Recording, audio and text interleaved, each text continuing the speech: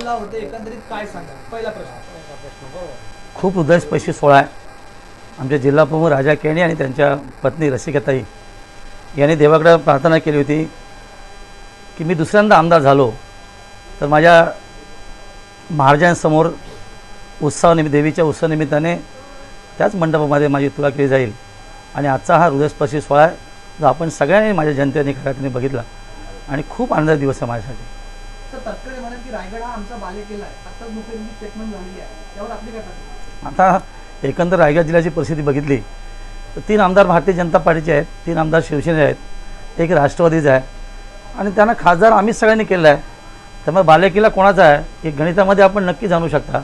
आता तटकन काय बोलण्यासारखं राहिलेलं नाही आहे. त्याच्यामुळे ते स्वतःला असं सिद्ध करतायत की मी म्हणजे जिल्हा किंवा मी म्हणजे महाराष्ट्र किंवा राष्ट्रवादी, या सगळ्या गोष्टी त्यांच्या आपण कित्येक वर्ष बघत आलो. आता जनता हुशार आहे, कारण एकंदर जनतेने जे आता स्वीकारलं आहे ते जनहिताच्या दृष्टीने अतिशय महत्त्वाचं आहे. म्हणून अशा पद्धतीचे वक्तव्य करताना आपण नेहमी, आज ते खासदार आहेत, आम्ही दिलेले खासदार आहेत, राष्ट्रवादीचे प्रदेशाध्यक्ष आहेत आणि अशी बालिश वक्तव्य करून आपल्या स्वतःला काहीतरी महती मिळवून घेणं हे त्यांना शोभनीय नाही आहे. त्यांनी खरंच त्या गोष्टीचं आकलन करावं असं मला वाटतं. नाही, अजिबात विरोधकांना फायदेशीर पडणार नाही आहे. शेवटी स्वायत्त निवडणुकीचं गणित वेगळं असतं, त्यामुळे विविध पक्षाचे सगळेच लोक प्रयत्नशील असतात. आज महाआघाडी आणि महायुती आहे, पण महाआघाडीमध्ये जे घटक पक्ष आहेत ते आजही एकेबरोबर नाही आहेत आणि प्रत्येकाचं ॲम्बिशन, इच्छाशक्ती खूप वेगळी आहे. आणि आम्ही महायुतीचे 3 पक्ष आहोत. मला असं वाटतं भारतीय जनता पार्टी आमची पारंपरिक युती आहे ती अबाधित राहील. राष्ट्रवादी हे बॅकडोर एंट्रीने आमच्याकडे आलेली आहे आणि त्यांनी एकंदर जिल्ह्यामध्ये आज राजकीयदृष्ट्या जे काही प्रकार घडवले ते लोकांना अमान्य आहेत. आणि म्हणून मी परवाच्या मीटिंगमध्ये पण सांगितलं की पालकमंत्र्यात तिढा आहे. खरं तर मोठं मन करून तटकरे साहेबांनी सोडायला पाहिजे. नेहमीच आपल्याच घरात पाहिजे, आपल्याच मुलीला पाहिजे, आपल्याच पाहिजे. आता हे बदलायला पाहिजे, कारण भरशेच्या रूपाने विधानसभेला जनाधार भरशेनं दिला आणि तो लोकांनी बघितला. तेही 4थ्यांदा आमदार आहेत, त्याच्यामुळे त्यांना मंत्री केल्यानंतर त्यांना पालकमंत्री करणं ही काळाची गरज होती, पण त्यालाही त्यांनी हट्टवाद केला.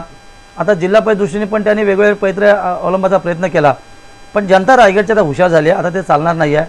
त्या वेळचं ते वातावरण होतं, पण आता रायगड जनता हुशार आहे. म्हणून महायुती किंवा महाआघाडी किंवा जरी काय झालं तरी आम्हाला काही फरक पडणार नाही, कारण शिवसेनेची ताकद हे जिल्ह्यामध्ये सर्वाधिक जास्त आहे. नाही, खरं आहे, कारण बघा आमची अलायन्स ही भारतीय जनता पार्टी शिवसेनेची कायमस्वरूपी चालू झालेली आहे आणि भारतीय जनता पार्टी आमच्याबरोबर राहील. पण तटकरे ज्या पद्धतीने आता रिॲक्शन देतो किंवा वक्तव्य करतो की मी जिल्ह्यात मोठा आहे, आता एक आमदार असताना जिल्ह्यात मोठा कसा असेल आणि आमच्यामुळे खासदार झाले ते, त्यांनी नंतर आजमोहून एकदा बघू दे, मग त्यांना कळेल. त्यामुळे त्यांच्या वक्त्यावर भारतीय जनता पण हलू शकत नाही आहे. आमचा अलायन्स कायमचं राहील. पण तरी आम्ही सांगितलं की आमची जिल्ह्यातली आता जी ताकद बघितली, बरेचसे आमचे मंत्री आहेत, महेंद्र थोरची एक ताकद आहे. माझ्या मतदारसंघामध्ये खूप कार्यकर्त्यांचा, नेत्यांचा संच आहे. राजाच्या नेतृत्वाखाली जिल्ह्यामध्ये खूप छान वातावरण आहे. मला कुठे असं भय वाटत नाही आहे, कारण अनेक निवडणुका आम्ही देखील बघितलेल्या आहेत. त्यामुळे आत्ताचं जे वातावरण आहे ते आम्हाला पोषक आहे. त्याच्यामुळे आले तर बरोबर, नाही आले तर सोडून.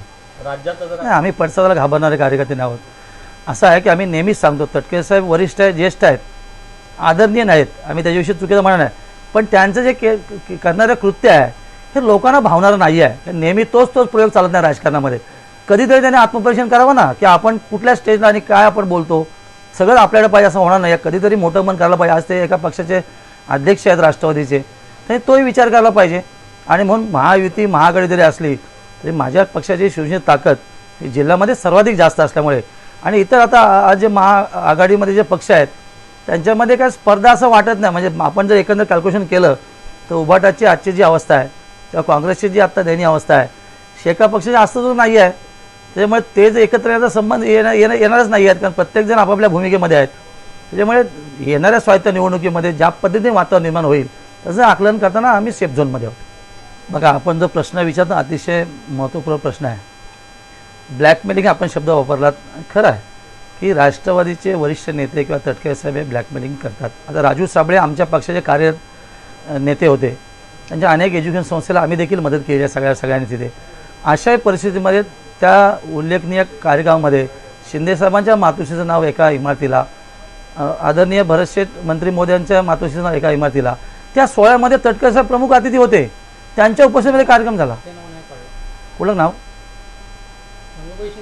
आता ते काढलं ना नाव, आम्ही पत्र देऊन टाकलं. आम्ही पत्र दिलं, जर भरतशेठच्या मातोश्रीचं नाव गेलं असेल तेही काढा, म्हणजे नाव कमी केलं.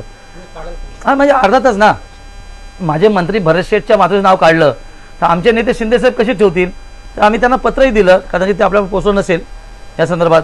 आम्ही निधी दिला तो भाग वेगळा आहे, तो सोडून देते. पण आपण जो प्रश्न विचारला, तटकरे साहेबांनी मनाचा मोठा करून राज्यसभेला घ्या किंवा अनेक नेते घ्या, आम्हाला काही फरक पडला नसता. पण कोणाच्या आईचं नाव अवमानजनक पद्धतीने काढणं, हे वरिष्ठ ज्यांनी कित्येक वर्ष राजकारणामध्ये घालवलीत किंवा पिढ्या दर पिढ्या ज्यांनी बरबादीवर घालवल्यात किंवा अनेक नेत्यांना फसवलं आहे, अशा नेत्यांनी पुन्हा त्याची नियती दाखवली की शिंदेसाहेब आमचे नेते आहेत, महाराष्ट्र राज्य उपमुख्यमंत्री आहेत, त्यांच्या उपस्थितीमध्ये कार्यक्रम, बरेचसे मंत्री आहेत त्यांच्या उपस्थितीत कार्यक्रम, अशा कार्यक्रमामध्ये त्यांच्या मातोश्रीचं नाव तिथून हे करून राजू शेठला पक्षात घेऊन वेगळा पवित्रा निर्माण करणं हे शोभनीय, ही जिल्ह्यामध्ये कोणालाही मान्य असणारी गोष्ट नाही. आणि म्हणून मी रोहामध्ये जाऊन परवा पक्षप्रवेश बोललो की ही नालायक बुद्धी आहे, अशी बुद्धी आम्ही चालून देणार नाही. आत्तापर्यंत ज्यांनी सहन केलं, याच्यापुढे रायगडमध्ये अशा पद्धतीचं वर्तन आम्ही कधीही सहन करणार नाही. प्रत्येकाला अस्तित्व निश्चित आहे, प्रत्येकाने आपला पक्ष वाढवावा, पण त्याच्या कार्यपाने वाढवावा. कोणाचं नाव कमी करून हे करून असं होऊ शकत नाही. आणि म्हणून मी सांगितलं की मगाशी तुम्ही सांगितलं नीच बुद्धी तर नीचच बुद्धी. बघा, ह्या ज्या मागचे बोलवतो धनी तटकरे साहेबच आहे.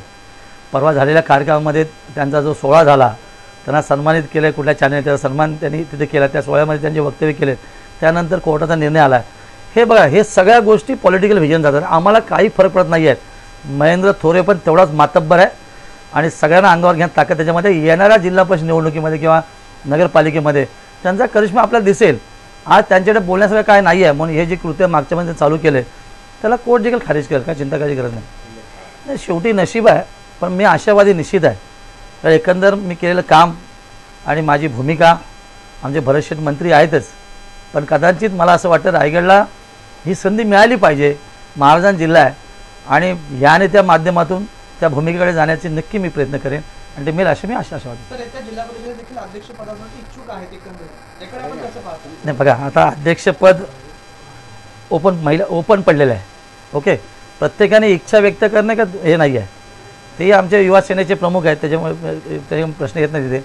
इच्छा व्यक्त करणं आणि बाकी पक्षश्रेष्ठीवरचा निर्णय घेतो. पण आमची शेका पक्ष तुम्ही म्हटल्याप्रमाणे शेका पक्ष कुठे आहे? ज्या तालुक्यामध्ये शेका पक्षाचा मुळात हे आहे तिथेच त्यांचं अस्तित्व नाही आहे. तर बाकी काय त्यांच्या शेका पक्षामध्ये दुफळी झाली तर त्यांनी इतर पक्षावर काय टीका टिप्पणी करावी, की काय वक्तव्य करावं? त्यांचं अस्तित्व काय शिल्लक नाही आणि मला वाटत नाही येणाऱ्या जिल्हा परिषदेमध्ये एकही सीट त्यांना मिळणार नाही.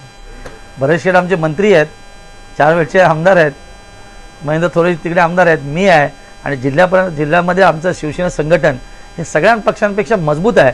त्यामुळे आम्ही आशावादी आहोत की येणाऱ्या स्वायत्त जिल्हा परिषदेमध्ये आमच्या सीट जास्त येतील. पण भारतीय जनता पार्टी ही आमची कायमस्वरूपीची अलायन्स आहे, त्यांना बरोबर घेऊन जाण्याचं आमचं मनोदय निश्चित आहे.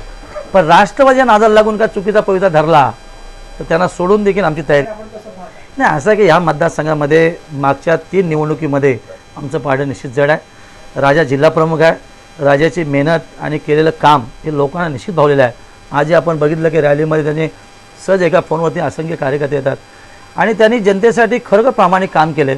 मी मगाशी माझ्या भाषणामध्ये सांगितलं 2014, 19 आणि 24 हा जर प्रवास बघितला, राजा जर तिकडे होता तरी आमच्यामध्ये प्रेम निश्चित होतं. आज ते जिल्हा प्रमुख आहेत आणि आमच्या शिवसेनेची परंपरा आहे की जिल्ह्यातल्या सीट शेअरिंगच्या ज्या गोष्टी असतील ते जिल्हा प्रमुखाच्या नेतृत्वाखाली होतात.